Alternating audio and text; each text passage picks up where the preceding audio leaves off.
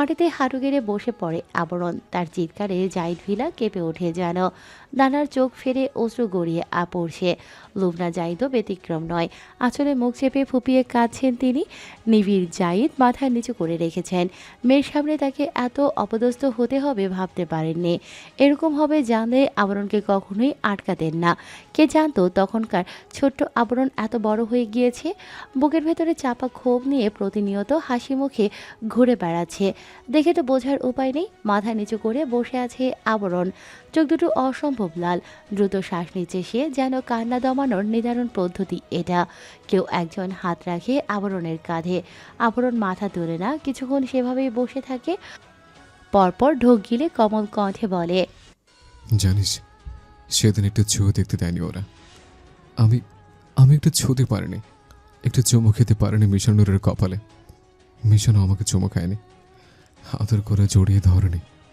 দূর থেকে শুধু তার নির্জীব দেহটা দেখছিলাম। ওরা ওরা কোলে করে নিয়ে যাচ্ছিল বাচ্চা মেয়েটাকে। আমাকে আমাকে দেয়নি আমার মিশনুরকে ছুঁতে, মুখে একটু হাত বোলাতে। মীরাব আষ্টপৃষ্টে জড়িয়ে ধরে আবরণকে। আবরণ সবকিছু ভুলে মীরাবের বুকে মুখ গুজে ছোট্ট বাচ্চাদের মতো ফুপিয়ে ওঠে। সানি পাশেই দাঁড়িয়েছিল। আবরণকে ভেঙে পড়তে দেখে বুক মোচড় দেয় তার। নিজেও বন্ধুকে বাহুবন্ধনে আবদ্ধ করে নেয়। নিবিড় জাহিদের পাশেই নীরজ জাহিদ দাঁড়িয়ে আছেন। দৃষ্টিতে তার স্পষ্ট অপরাধবোধ। সেজান পকেটে হাত গুজে শক্ত ভঙ্গিমায় দাঁড়িয়ে আছে। আমার মিশানুর, আমার মিশন, আমার কাছে থাকতে দেয়নি ওরা। কিভাবে ফুলের মতো মেয়েটার সাথে অন ভয়ঙ্কর কাজ করতে পারলো? ওদের কি যোগ্যতা আছে আইনের লোক হবার? আইন যদি এতই ন্যায় বিচার দিত, তাহলে তাদের ফাঁসি 17 বছর আগেই সম্পন্ন হয়ে যেত। শ্রেয়নার জ্ঞান ফিরতেই শরীরে অসহ্য ব্যথা অনুভব করে। হাতে ক্যানোলা লাগানো সর্বপ্রথম তার মাথায় আসে মিসেস লিলির কথা। ভেতরটা মেউচড় দিয়ে ওঠে শ্রেয়নার। সবকিছু ছাড়খাড় করে দিতে ইচ্ছে করছে। তার জন্য বৃদ্ধ মহিলাটি কতটুকু ব্যথা পেল। তিনি কি আদৌ সুস্থ আছেন? ঠোঁট কামড়ে ধরে শ্রেয়না। চোখ দিয়ে অনবরত পানি গড়িয়ে পড়তে থাকে। ছোট বাচ্চাদের মতো হাত পা ছড়িয়ে ছিটিয়ে কাঁদতে পারলে বুঝি আরাম লাগতো। এমা, তুই কাঁদছস কেন? ব্যথা কি বেশি করছে? চিন্তা করো না, একটু ওয়েট করো, ডাক্তার বলছে দ্রুতই সেরে উঠবে তুমি। হঠাৎ ঋণী মেয়েলি কণ্ঠ শ্রেয়নার কর্ণধারে প্রবেশ করতেই চমকায় শ্রেয়না। চোখের পলক ঝাপটায় বার কয়েক। মেয়েটাকে সে চেনে না। তার অবচেতন মন ভেবে নেয় উনি হয়তো তাকে হসপিটালে অ্যাডমিট করেছেন। আমার সাথে যিনি ছিলেন। শ্রেয়নার সম্পূর্ণ কথা শেষ করতে পারে না। তার আগেই রোদ মৃদু হেসে বলে, ডোন্ট ওয়ারি, আন্টি ঠিক আছেন, তোমার থেকেও ফিট। মাত্র খাইয়ে আসলাম ওনাকে। মাথায় একটু চোট পেয়েছেন, ব্লিডিং হয়েছে, তবে এখন সুস্থ আছেন। শ্রেয়না স্বস্তির শ্বাস ফেলে। সে বেশ বুঝতে পারে কেউ তাকে পুরোপুরিভাবে মারতে চায় না। মেরে ফেলার হলে যখন তখন মারতে পারত। তাকে টোপ হিসেবে ব্যবহার করছে। নিশ্চয়ই জোরালো কোনো প্যাচ আছে এখানে। তোমার শরীরে হাতে বেশ কিছু ব্লেডের আঘাত লেগেছে, জলদি সেরে উঠবে, একটু ধৈর্য ধরো শুধু। আপনি আমাকে চেনেন? রোদ সামান্য হাসে। চিনব না কেন, তুমি কত কাছের। চমকায় শ্রেয়না। সে যে বিস্মিত সেটা তার মুখাবয়ব দেখেই ঠাহর করতে পারল রোদ। তবে সব কিছু খোলসা করে বলে না।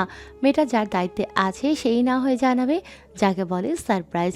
আচ্ছা, আবরণের আগমনে মেয়েটা কি খুশি হবে নাকি বেজার? ব্যাগ প্যাক করে সেটা গাড়ির ব্যাক সিটে ছুঁড়ে মারে আবরণ। চোখ মুখ দেখে বোঝার উপায় নেই এতক্ষণ কি অবস্থায় ছিল সে। মীর আফসানি বারবার জিজ্ঞেস করছে সে কোথায় যাচ্ছে। ব্যাগে যে কাপড় চোপড় নেই সেটা তারা ভালোভাবেই জানে, কারণ ব্যাগ প্যাক করার সময় দুই বন্ধু কাছেই ছিল। এত সব অস্ত্র নিয়ে কোথায় যাচ্ছে? তৃতীয় বিশ্বযুদ্ধ করবে নাকি? পুনরায় জিজ্ঞেসও করতে পারছে না। মেজাজ কেমন কে জানে, যদি দু একটা লাগিয়ে দেয়। মিরাফসানি এসেছে থেকে আবরণের পিছু ঘুরছে। সেজান বার কয়েক জিজ্ঞেস করেছে শ্রেয়নার কথা। সে মুখ খোলে না, যেন কাঠের পুতুল হয়ে গিয়েছে। রোবটের মতো তার সকল কার্যক্রম করে যাচ্ছে। আবরণ, বলছো না কেন? শ্রেয়ান কোথায়? কোথায় সে? আবরণ এবারেও উত্তর দেয় না। গাড়িতে উঠে বসে স্টার্ট দিয়ে বলে, বোনকে অজানার উদ্দেশ্যে ছেড়ে দিয়েছ, রক্ষা করতে পারোনি। কতদিন ছিল তোমার কাছে? এবার সে আমার সম্পত্তি। তুমি না চাইলে Abaran Zahid knows well how to fulfil his responsibilities. কানাডায় আরও 2 দিন কেটে গিয়েছে। এই 2 দিনে আবরণের টিকি অবধি কেউ খুঁজে পায়নি। কে জানে কোথায় পড়ে আছে। রোদের মাধ্যমে সেজান আলম তার বোনের খোঁজ পেয়েছে। তবে দুঃখের ব্যাপারটা হলো শ্রেয়না সেজানের সাথে তেমন কথা বলে না। ভাই তার সাথে কথা বলতে আসলেও কোনো রকম হাঁ বলে চুপ থাকে। সেজান বেশি ঘাটায় না। শ্রেয়না সুস্থ হলেই দেশে নিয়ে যাবে তাকে। নীরজ জাহিদ কয়েকবার দেখে গিয়েছেন। তিনি তাদের বাসাতেই আছেন। মস্ত বড় বাড়িটা তাদের 2 ভাইয়েরই। কানাডার বিভিন্ন জায়গায় তাদের আরও কয়েকটা বাড়ি করা আছে। ভাইদের মধ্যে কখনো সম্পত্তি নিয়ে অবশ্য ঝামেলা হয়নি। এই 2 দিনে দানা বা রোদ কেউই কথা বলেনি নির্বীর জাহিদের সাথে। রোদ তো এমনিতেই তার বাবাকে এড়িয়ে চলে। মিশান তাহিয়ার ঘটনা তার অজানা নয়। তখন সে 11 বছরে ছিল। এতটাও ছোট ছিল না। মা বাবার চাপা কণ্ঠের কথা কাটাকাটি সে শুনেছে। বারংবার ধিক্কার দিয়েছে বাবা নামক মানুষটাকে। মিসেস লুবনার সাথেও কথা বলেনি অনেক দিন। কিন্তু সে তার মায়ের দোষ কমই দেখে। একজন নারী, তার সংসার বাঁচাতে তৎপর। তাছাড়া নিবিড় জাহিদ কি তার কথা শুনতেন? নিজের অর্ধাঙ্গিনীর প্রতি সামান্য দরদ থাকলে নিশ্চয়ই এমন গর্হিত একটা কাজ করতেন না। এখন অবশ্য মিসেস লুবনাকে চোখে হারায়। কে জানে কেন? এ আবার কেমন নতুন নাটক? মিসেস লিলি প্রায় সুস্থ, হাঁটাচলা করতে পারেন। ওনাকে ডিসচার্জ করা হয়েছে। তবুও তিনি নিয়মিত শ্রেয়নাকে দেখতে আসেন। মেয়েটার প্রতি অতি কম সময়ের মধ্যেই মায়া জন্মে গিয়েছে। শ্রেয়নাও প্রায় সুস্থ। ব্যথা তেমন নেই। নেই বলতে একদমই নেই তা নয়। আছে, ব্যথা সম্পূর্ণ সারেনি। শরীরে কালশিটে দাগ পড়ে গিয়েছে। ব্যথা একদম কমে আসলে মলম লাগাতে বলেছে ডক্টর। শ্রেয়নার পাশে থমথমে মুখে বসে আছে মীরা সানি। দুজনের গালেই হাত। শ্রেয়না কিছুক্ষণ পরপর আর চোখে দেখছে তাদের। ভাবভঙ্গি বুঝতে পারছে না এদের মনে চলছে কি। এই দুজন যেহেতু এসেছে আবরণ জাহিদেরও থাকার কথা, কিন্তু সে কোথায়? একটা বার তাকে দেখতে আসলো না। কেন আসেনি? আসবে না কেন? সে না হয় তাকে ভালোবাসে না, কিন্তু আবরণ জাহিদ তো শ্রেয়না আলমকে ভালোবাসে। এই তার ভালোবাসার নমুনা। ভেতরে ভেতরে আক্রোশে ফেটে পড়ে শ্রেয়না। লোকমুখে কত শোনা, ভার্সিটিতে সচক্ষে কত প্রেমিক প্রেমিকার লীলাখেলা দেখেছে।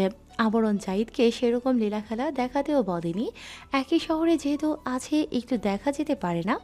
পর মুহূর্তে নিজের ভাবনার উপর ধিক্কার জানায়। মনে পড়ে বিয়ের দিনের কথাগুলো। ইস, কি নির্মমভাবেই না প্রত্যাখ্যান করেছিল ছেলেটাকে। কি করুণ দেখাচ্ছিল আবরণ জাহিদের মুখখানি। একদম এইটুকুনি হয়ে গিয়েছিল। দু চোখে ছিল তাকে পাওয়ার তৃষ্ণা। কিন্তু শ্রেয়নাই বা কী করবে? সে যে নিরুপায় ছিল। তাছাড়া আবরণ জাহিদ তার চেয়ে ছোট। সিনিয়র হয়ে জুনিয়রের সাথে সংসার। ছি! শ্রেয়নার ভিতরটা কেমন যেন করে ওঠে। যার জন্য 7 সমুদ্র পাড়ি দিয়ে এতদূর আসলাম, আমাদের রাজপুত্র কোন গ্রহে বসে আছে কে জানে, একটু দেখাও দেয় না? মীরাবের কথায় সানি করুণ কণ্ঠে বলে। বেচারা কি আদেও ঠিক আছে? আবরণ কোথায় গিয়েছে? শ্রেয়নার কথায় ধ্যান ভাঙে 2 বন্ধুর। গাল থেকে হাত সরিয়ে সোজা হয়ে বসে। ভুলে গিয়েছিল এখানে শ্রেয়না আলম আছে। কি হলো, কথা বলো। ওকে দিয়ে আপনার কি কাজ আছে? কোনো চিপায় চাপায় আপনাকে হসপিটালে অ্যাডমিট করে সেই যে গেল আর ফেরেনি, চিন্তা হচ্ছে। এখনকার মাফিয়াগুলো বহুত ডেঞ্জারাস। ছেলেটা কি একা পারবে লড়াই করতে? মীরাও হাতে থাকা ফোনটার দিকে তাকিয়ে থেকে কথাগুলো বলে ওঠে। সানি ভ্রুকুচকে তাকায়। মীরাবের এহেন কথার কারণ ধরতে পারে না। আবরণের কিছু হবে না। ও কাঁচা খেলোয়াড় নয়। কিন্তু শ্রেয়না কপালে ভাঁজ ফেলে উৎসুক দৃষ্টিতে তাকায়। আবরণ জাহিদ তাকে হসপিটালে ভর্তি করিয়েছে। তার খোঁজ কিভাবে পেল? কোথায় গিয়েছে আবরণ? যারা তাকে আঘাত করেছিল তাদের সাথে লড়তে? কপাল চেপে ধরে উঠে বসে শ্রেয়না।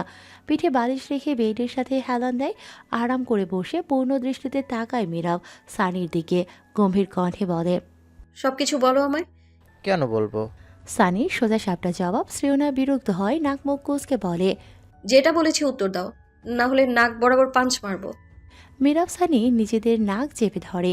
মাথা নাড়ায় দুপাশে। পরক্ষণেই হাত সরিয়ে নেয়। আবরণ কী করে শ্রেয়নার খোঁজ পেল সেসব কিছুর এক এক করে বর্ণনা দেয়। সকল ঘটনায় বলে শুধুমাত্র মিশান তাহিয়ারের কথাটুকু চেপে যায়। শ্রেয়না বুকে হাত দিয়ে শ্বাস নেয়। সেই অবস্থায় মীরাবের উদ্দেশ্যে বলে, এখানে দম বন্ধ লাগছে আমার, নিয়ে চলো আমায়। কোথায় যাবেন? বিস্ময় ঠোঁট ফাঁক হয়ে আসে মীরাবের। সানি আর সে নিজেদের দিকে চাওয়াচাওয়ি করে। কোথাও একটা, কিন্তু এই হসপিটালে আর নয়। আমরা জায়েদ ভিলা ছাড়া কিছুই চিনি না, কিন্তু আপনাকে সেই জায়গায় নেওয়া যাবে না। মীরাবের কথায় সানি ফোরন কাটে। আসলে আবরণের সাথে তোর ফ্যামিলির একটু সমস্যা চলছে, জানেনই তো কেমন বেপরোয়া স্বভাবের ছেলে সে। শ্রেয়না এক হাত বাড়িয়ে দেয় মীরাবের উদ্দেশ্যে। বেচারা ইশারা বুঝতে না পেরে ফ্যাল করে তাকিয়ে থাকে হাতের দিকে। সানি তার কপাল চাপড়ে শ্রেয়নার হাত টেনে ধরে তাকে বেড থেকে নামতে সাহায্য করে। একটা মানুষ এমনিতেই বেপরোয়া হয়ে ওঠে না, বেশিরভাগ লোকজনের ক্ষেত্রে এমন হয়। তাদের কিছু বিশ্রী ধরনের অতীত থেকে, কিংবা কিছু আঘাত যেটা তারা শতবার চাইলেও ভুলতে পারে না। ওই যে আঘাতটা না, যেটা তারা পেয়েছিল, মস্তিষ্কে গেঁথে যায় একদম। সেখান থেকে কেউ সাইকো হয়ে যায়, আবার কেউ সিরিয়াল কিলার কিংবা বদতমিজ একজন লোক। কার সাথে কখন কি ঘটে তা আমরা থোড়াই না জানি। মীরাব সানি দুজনেই আশ্চর্য হয় শ্রেয়নার কথা শুনে। মেয়েটা কোনোভাবে জেনে গিয়েছে আবরণের অতীত সম্পর্কে। সেটা কি করে সম্ভব? তাদের জানা মতে এমন কেউ নেই যে কিনা এসব বলে দিবে। আচ্ছা, রোদ বলে দেয়নি তো? আমার মনে হয় আবরণ জাহিদের সাথে সেরকম কিছুই হয়েছে। না হলে সে এত ভালো একটা ফ্যামিলিতে বিলং করে। তার বাবা যে অশিক্ষিত তা কিন্তু নয়। এরকম কিছু হতেও পারে অতীতে, যা তার মনে গেঁথে গিয়েছে। শ্রেয়না নিজের ওড়না ভালোভাবে জড়িয়ে নেয়। শরীর একটু টানা দেয়। হালকা ব্যথা অনুভব হয় তার, তবে পাত্তা দেয় না। সারাদিন শুয়ে থাকতে থাকতে চ্যাপটা হয়ে গিয়েছে। আর কত শুয়ে থাকা যায়? চলো বের হব। আপনাকে রিলিজ করা হয়নি, আরও কিছুদিন রেস্ট করে তারপর যেতে পারবেন। তোমাদের থেকে জানতে চাইনি। শ্রেয়না হসপিটালের গেট দিয়ে বেরোচ্ছে। তার চারপাশে কালো পোশাক পরিহিত গার্ডস। নিজেকে কেমন সেলিব্রিটি লাগছে। অনুভূতিগুলো বড্ড এলোমেলো। এভাবে চারপাশে বড় বড় পালোয়ানের মতো লোক যদি ঘুরঘুর করে কেমন লাগে? শ্রেয়নার কাছে তো অসহ্য লাগছে। Get in the car. শ্রেয়না জিজ্ঞাসু দৃষ্টিতে তাকায়। গাড়িতে কেন উঠবে ও? কোথায় নিয়ে যাবে এরা? মীরাব শ্রেয়নার দিকে এক পলক তাকায়। তার প্রশ্নাত্মক দৃষ্টি এড়ালো না মীরাবের দৃষ্টি থেকে। নিজে এগিয়ে এসে কথা বলে গার্ডদের সাথে। তারা জাহিদ ভিলাতে নিয়ে যাবে শ্রেয়নাকে। নীরজ জাহিদের হুকুম। শ্রেয়নাকে কথাগুলো বলতেই সে রাজি হয়ে যায়। তবু যত দ্রুত সম্ভব সে এখান থেকে বের হতে চায়। একটু শান্তি প্রয়োজন। সোফায় গম্ভীর মুখে বসে আছেন নীরজ জাহিদ। সেজান আলম তার পাশেই। নিবিড় জাহিদ বাসায় নেই। অফিসের কাজে ব্যস্ত তিনি। নিজেকে যথাসম্ভব ব্যস্ত রাখতে চাইছেন। মিসেস লুবনা হাতের কাজগুলো মেয়েটকে বুঝিয়ে দিয়ে বিশ্রাম করছেন। রোদ আর দানা নিজেদের কক্ষে। লিভিং রুমে তেমন কেউ নেই। সেজান গম্ভীর আদরে বসে আছে। মুখের ওপর এক হাত। শ্রেয়নার জন্য অপেক্ষা করছে। উদ্দেশ্য এটা, ও এলেই তারা রাতের ফ্লাইটে উঠবে। কি ভাবছো সেজন? নীরদের কথায় নড়ে চড়ে বসে সেজান। বিরস গলায় বলে, তেমন কিছু না, রাতের ফ্লাইটেই বাংলাদেশে চলে যাবে। আচ্ছা। রাত 8টায় ফ্লাইট। আপাতত 7টা বাজছে। গাড়িতে মীরাব সানি ও শ্রেয়না। তাদের পেছনের গাড়িতে নীরজ জাহিদ ও সেজান আলম। শ্রেয়না নিজ থেকেই অন্য গাড়িতে বসেছে। চারপাশে আরও কয়েকটা কালো রঙের গাড়ি ঘিরে রেখেছে তাদের। সেফটি দেবার জন্যই এই ব্যবস্থা। চলে যাচ্ছি ভাই। আবরণ তবুও দেখা দিল না, মোবাইলও বন্ধ। কি যাচ্ছে ছেলেটা। নীরদ আঙ্কেলও খোঁজ নিল না। মীরাব তাচ্ছিল্যের হাসি হাসে আরাম করে বসে বলে, ওটাকে কি বাপ বলে? কষাই একটা, দেখলেই গা রিরি করে। সানি মাথা নাড়ায়। শ্রেয়না শুধু তাদের কথা মনোযোগ দিয়ে শুনছে। মাথা মুন্ডু কিছুই বুঝতে পারছে না। আগ বাড়িয়ে জানতেও চায় না। উদাসীন ভঙ্গিমায় বসে থাকে। পয়েন্ট গ্রে এলাকা থেকে ভাঙ্গুবার আন্তর্জাতিক বিমানবন্দরে যাওয়ার রাস্তাটা হলো গ্রানভিল স্ট্রিট। এই রাস্তা ধরে এয়ারপোর্টে অনায়াসেই প্রবেশ করতে পারবে তারা। কিন্তু রাস্তা বদলে তাদের গাড়িটা ওয়েস্ট টেন্ট অ্যাভিনিউ রোড ধরে। সেই রাস্তা ধরেই গাড়ি যেতে থাকে। বলা বাহুল্য তাদের গাড়ি ছিল বুলেট প্রুফ। যতক্ষণে পেছনের গাড়িগুলোর নজরে আসে ব্যাপারটা দেরি হয়ে গিয়েছিল ততক্ষণে। ঠিক যেন ঝড়ের গতিতে গাড়িটা এগিয়ে যাচ্ছে। ঝাঁকি খায় মীরাব সানি শ্রেয়না। তটস্থ দৃষ্টিতে আশেপাশে নজর ভোলায়। নীরজ জাহিদ এবং সেজান তাদের সামনের গাড়িটাকে দেখতে পান না। ফোনে এতই মশগুল ছিলেন, চারপাশে কি হচ্ছে ভেবে দেখেননি। যখন তাদের কাছে খবর আসে তখন সামনে একদম ফকফকা।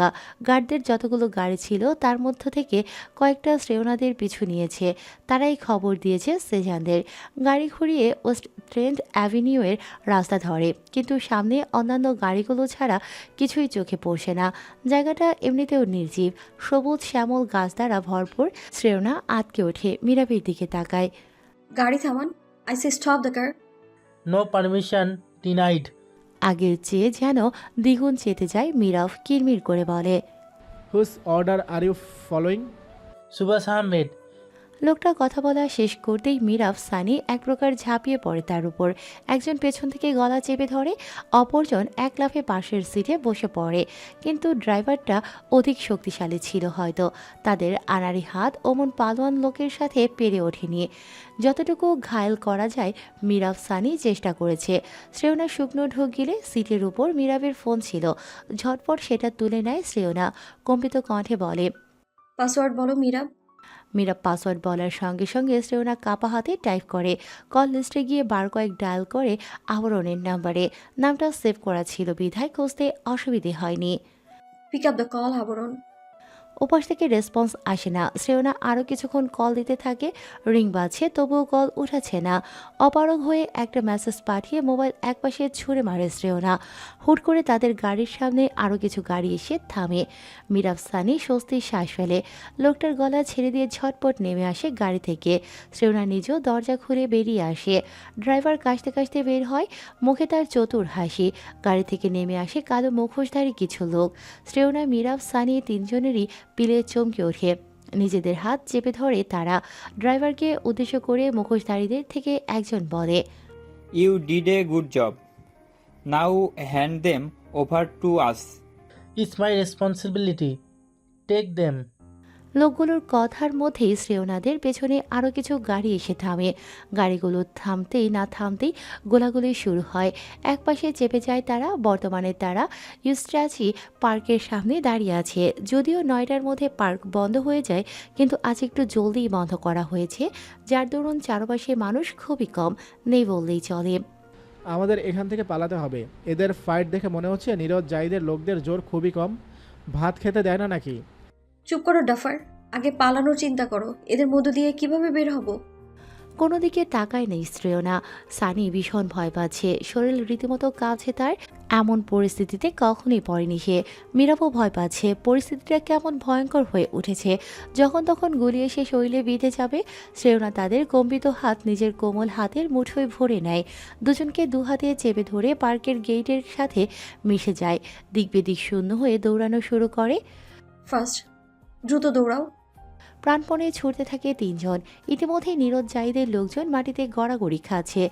কেউ বা এতক্ষণে পরপারে পাড়ি জমিয়েছে, সেদিকে ধ্যান দেয় না তারা। গলা শুকিয়ে কাঠ, ছাতি ফেটে যাচ্ছে যেন। পা অবশ হয়ে আসছে শ্রেয়নার। শরীরের ব্যথাটা তাজা হয়ে উঠেছে। I can't take it anymore. হাঁপানো অবস্থায় কথাটা বলে শ্রেয়না। সত্যি সে হাঁটতে পারছে না। সানি আরও শক্ত করে চেপে ধরে শ্রেয়নার হাত। ভরসাময় কণ্ঠে বলে, A little more time. Abran Jaid will come. পেছনে এক ঝাঁক পায়ের শব্দ হচ্ছে। কেউ দৌড়াচ্ছে, তাদের বুঝতে বাকি নেই, ধরা পড়ে যাবে। নীরজ জাহিদ কিংবা সেজান এখনও আসেনি। তাদের পথ ঘুরিয়ে দেয়া হয়েছে। বিভ্রান্তিতে পড়ে গিয়েছে তারা। তোমাদের বলের আবরণ জাহিদ আসবে না। He will never come. মাটিতে বসে পড়ে শ্রেয়না। সানি, মিরাব আশ্চর্য হয়, স্তম্ভিত নেত্রে তাকায়, মিনতি করে ওঠে। আর কিছু সময় প্লিজ, চলুন, দাঁড়াবেন না। শ্রেয়না দুপাশে মাথা নাড়ায়। পারবো না, মরার হলে মরে যাব। আর কত লুকোচুরি? চারপাশ থেকে লোকজন এসে ঘিরে নেয় তাদের। ফ্যালফ্যাল নেত্রে তাকিয়ে থাকে মিরাব সানি। কপাল বেয়ে ঘাম ঝরছে, কেঁদে দেবে ভাব। এমন কঠিন অবস্থায় কোনোদিন পড়েছিল তারা? The game is over, you are under our control. নিয়ে যাবেন আমাদের? নিয়ে যান, এভাবে আর সহ্য হয় না। কতদিন লুকোচুরি করব? নিয়ে যান। লোকগুলো বোঝে না শ্রেয়নার কথা, ভেবে নেয় হয়তো তাদের বকাঝকা করছে। এগিয়ে আসে একজন, উঠিয়ে নিতে চায় শ্রেয়নাকে। Don't touch me, I can get it by myself. লোকগুলো থামে, কেউ এগোয় না। শ্রেয়না মিরাব সানির সাথে দৃষ্টি বিনিময় করে। তাদের বোঝা হয়ে গিয়েছে, এদের কাছে শুট করার অনুমতি নেই। বিজয়ের হাসি হাসিয়ে শ্রেয়না। একসাথে তিনজনই উঠে দাঁড়ায়। আমরা যাচ্ছি, দাঁড়িয়ে কাঁচকলা খাও মুক্কু গুন্ডা। শ্রেয়নারা আবারও দৌড়ানো শুরু করে। পেছন থেকে হৈ হৈ করে ওঠে লোকগুলো। কেউ কিছু বুঝে ওঠার আগেই মিরাব সানির উদ্দেশ্যে দুটো গান ছুঁড়ে মারে তারা। সেগুলো গিয়ে তাদের মাথার ঠিক পেছনে লাগে। মাটিতে উল্টে পড়ে দুজন। তাদের সাথে শ্রেয়নাও মুখ থুবড়ে পড়ে যায়। গল গল করে রক্ত বের হতে থাকে মিরাব সানির মাথা থেকে। শ্রেয়না চমকে যায়, হন্তদন্ত হয়ে এগিয়ে আসে মিরাব সানির দিকে। রক্ত পড়া বন্ধ করতে হবে তো। ইতিমধ্যেই পুনরায় তারা এসে পড়েছে। শ্রেয়নার হাত ধরে হ্যাসকা টানে দাঁড় করিয়ে দেয়। সপাটে থাপ্পড় লাগায় শ্রেয়নাকে। ছিটকে সরে আসে নিজের জায়গা থেকে, চিৎকার করে বলে, পাগল তোরা, ভেতরে মায়া দয়া বলতে কিছু নেই? এটা কি করলি পাষাণ নির্দয়? ওদের মারলি কেন? আমার সাথে লাগতে এসেছিস, আমাকেই কিছু কর। ওই নিষ্পাপ প্রাণ দুটো কি ক্ষতি করেছিল তোদের? চোখ ফিরে অশ্রু গড়িয়ে পড়ছে, শরীর কাঁপছে, থুতনি বুকের সাথে ঠেকিয়ে ঠোঁট উল্টে ফুপিয়ে ওঠে শ্রেয়না। চুলগুলো মুখের সামনে পড়ে আছে, বাকিগুলো হাত খোপা করে রাখা। প্লিজ ওদের হসপিটালে নিতে দাও, দে নিড ট্রিটমেন্ট। বলে আবারও দু বন্ধুর দিকে তাকায়। হাঁটু গেড়ে বসে পড়ে রাস্তায়, জ্ঞান নেই তাদের। শ্রেয়নার বুক ফেটে কান্না আসে। এখন কি করবে, কিভাবে রক্ত পড়া বন্ধ করবে সে? মুখ চেপে কেঁদে ওঠে শ্রেয়না, মনে মনে হাই হাই করতে থাকে। এসব কি হয়ে গেল? আল্লাহ, ছেলে দুটোকে কিভাবে বাঁচাবে? ওরা যে আবরণ চাইদে প্রাণ, কত কষ্ট পাচ্ছে, কি করবে শ্রেয়না? প্লিজ ওদের নিয়ে যেতে দাও তোমরা। ডুকরে ওঠে শ্রেয়না। কে জানে লোকগুলো তার কথা বুঝতে পারছে কিনা। এখনও দাঁড়িয়ে আছে, হয়তো কারোর জন্য অপেক্ষা করছে। ভাবভঙ্গি দেখে সেটাই মনে হচ্ছে। আচমকাই ঠাস ঠাস শব্দে হুঁশ ফিরে শ্রেয়নার। ততক্ষণে তার সামনে থাকা দুজন লোক মাটিতে লুটিয়ে পড়েছে। সকলের পজিশন নেয়। বারবার বুলেট এসে ছুঁয়ে দিচ্ছে তাদের সাথীদের, কিন্তু কোনো জায়গা থেকে শ্যুট করা হচ্ছে বুঝে আসে না। সকলেই গুলি নিয়ে এদিক সেদিক ঘুরছে, সতর্কতার চাহনি দিচ্ছে। লুক হিয়ার, আবরণ জায়েদ হ্যাজ অ্যারাইভড। কারো গম্ভীর কণ্ঠের বাক্য কানে আসতেই সকলের দৃষ্টি শ্রেয়নার পেছনে যায়। আবরণ আসে, দু হাতে দুটো জিগসয়ার P226 পিস্তল। ইচ্ছে মতো গুলি ছুড়ছে আবরণ। তার হাত এবার কাঁপছে না। পাশে আরও একজন লোক দাঁড়িয়ে আছে, তার হাতেও পিস্তল। দুজন এগোতে এগোতে গুলি ছুড়ে যাচ্ছে। এক নিমিষেই সকল লোকজন মাটিতে লুটিয়ে যায়। তারা 10-12 জনের মতো ছিল। শুরুতে বেশ কয়েকজন গুলির আঘাতে মারা গিয়েছে, এখন বাকিরাও মারা পড়ল। Priyam, take them to the hospital. Okay. Priyam নামক ছেলেটা দ্রুত এগিয়ে যায় মিরাব সানির দিকে। অনেক রক্তক্ষরণ হয়েছে। প্রিয়ম সেখানে উপস্থিত হতেই একটা গাড়ি এসে থামে তাদের সামনে। সেখান থেকে আরও দুজন এগিয়ে এসে মিরাব সানিকে গাড়িতে উঠায়। তারপর দ্রুত গাড়িতে উঠে হসপিটালের দিকে রওনা দেয়। শ্রেয়না রক্ত মিশ্রিত হাতের দিকে নির্বাক দৃষ্টিতে তাকিয়ে থাকে। চোখের সামনে হাত দুখানা মেলে ধরে, হাত কাঁপছে তার, সে সাথে শুষ্ক ঠোঁট জোড়া। সে জানে আবরণ জাহিদ এসেছে, কিন্তু তাকানোর সাহস পাচ্ছে না।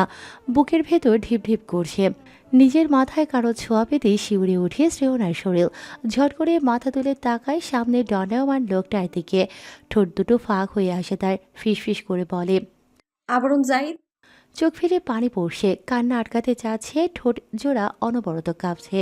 পানির প্রকোপে চোখ ঘোলা হয়ে আসে, যার দরুন ঠিকভাবে সামনের মানুষটাকে দেখতে পায় না শ্রেয়না।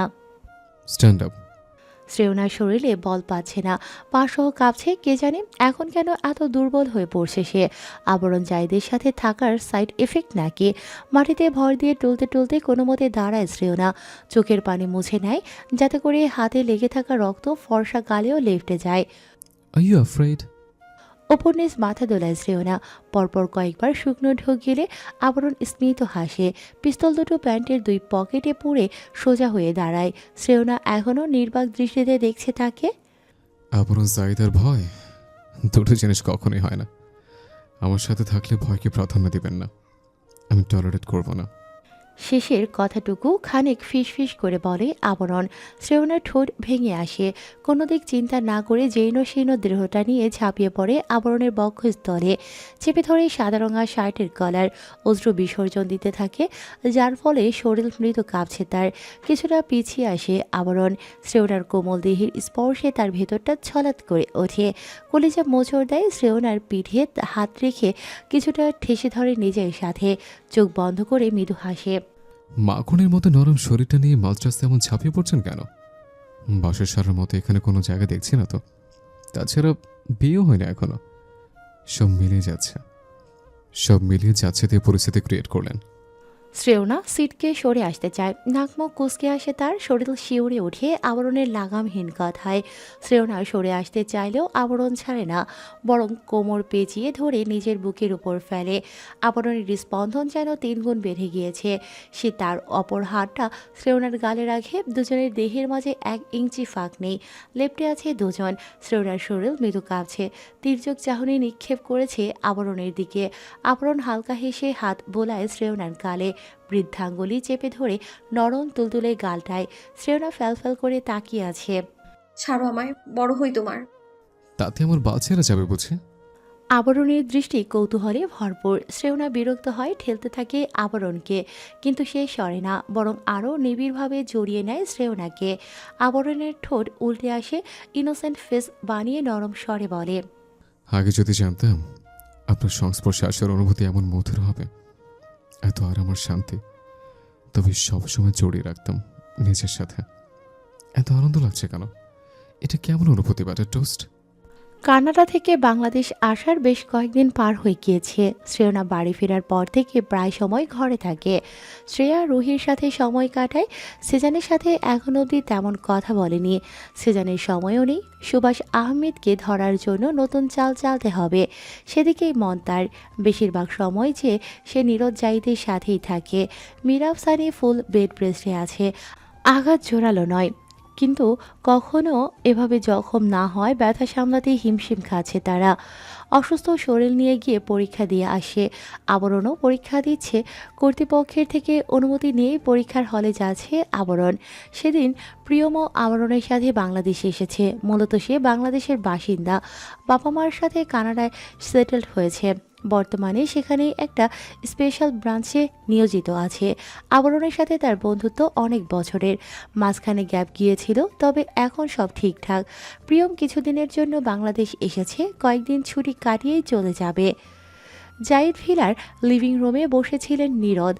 সেজান বারবার কোয়ার্টার থেকে কল দিচ্ছে, তাকে দ্রুত পৌঁছতে হবে। কিছুক্ষণ পরপর সিঁড়ির দিকে তাকাচ্ছেন তিনি, হয়তো কারো অপেক্ষা করছেন। তার অপেক্ষার অবসান ঘটিয়ে আরও 2 মিনিট পর আবরণ সিঁড়ি বেয়ে হেলে দুলে নেমে আসে। তার পেছনে প্রিয়মও আসে। নীরদ জাহিদ মুখভঙ্গি স্বাভাবিক করেন, গলা খাকারে দিয়ে বলে ওঠেন, কানাডার সুভাষ আহমেদের লোকদের কি করেছিস তুমি? বিখ্যাত এক চিড়িয়াখানায় প্রাণীদের পেট ভরিয়েছি তাদের দিয়ে। আবরণের কণ্ঠ শান্ত, দৃষ্টিতে নেই কোনো ভেজাল। অতি সহজেই কথাটা বলে সে। প্রিয়ম নিজেও গুরু গম্ভীর মুখে দাঁড়িয়ে আছে। এটা তার ব্যক্তিত্বের সাথে মানানসই। কিন্তু নীরদ জাহিদ স্তব্ধ হন, চমকে তাকান ছেলের দিকে। আইন নিজের হাতে তুলে নিয়েছো, এটা কেন করলে? আবরণ তখন মেইন ডোরের দিকে পা বাড়িয়েছিল। সেই অবস্থায় বলে ওঠে, ফার্দার আইনের নাম তোর মুখে শুনলে সে চিড়িয়াখানায় নেক্সট টাইম তুমি যাবে, ওকে? দ্রুত দরজা পেরিয়ে বের হয়ে আসে আবরণ। উদ্দেশ্য ফ্ল্যাটে যাওয়া, মিরাব সানিকে দেখে আসবে। আবরণের হাতে তখনও মোবাইল, ফেসবুকে রিলস দেখতে ব্যস্ত সে। তার মনোযোগে ব্যাঘাত ঘটিয়ে প্রাইভেট নম্বর থেকে একটা বার্তা আসে তার ফোনে। আবরণ জাহিদ। আবরণ ধীরে সুস্থে বৃদ্ধাঙ্গুলির সাহায্যে টাইপ করে। কে? সুভাষ আহমেদ বলছি। আবরণের ঠোঁটের কোণে হাসি ফোটে। এদিক সেদিক তাকিয়ে নিজের দৃষ্টি সংযত করে নেয়। দাঁত দিয়ে ঠোঁট চেপে ধরে পুনরায় টাইপিং করে। নীরজ জাহিদ জানতে পারলে তোকে পাতাল থেকে ধরে আনবে। সেজন্য তোকে মেসেজ দিয়েছি। কি এমন দরকার পড়লো হঠাৎ সেটা আমার কাছে? একটা ডিল করব। ইতিমধ্যে গাড়িতে উঠে বসেছে আবরণ। প্রিয়ম বসে ড্রাইভিং সিটে। সাথে গার্ডদের গাড়ি আসতে চাইলে আবরণ ইশারায় নিষেধ করে। অগত্যা তারা সেখানেই থেমে যায়। তোর একটা প্রিয় জিনিস আমার কাছে আছে, সেটা তোকে দিয়ে দেব।